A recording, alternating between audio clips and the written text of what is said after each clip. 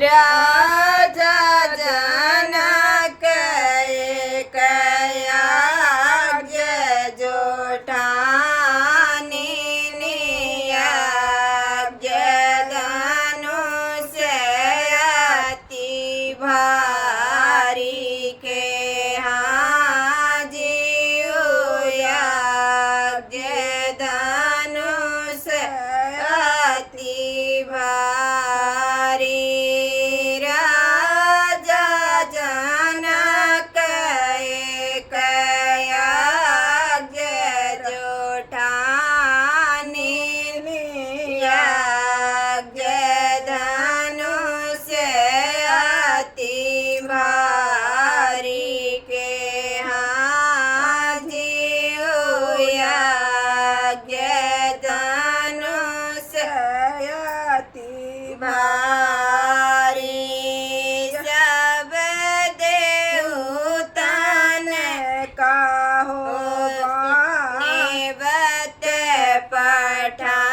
पठाइने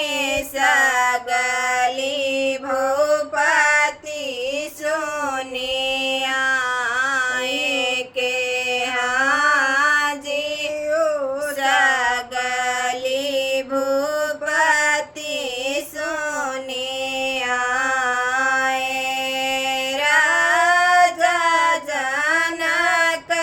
जी ने यह व्रण ठानी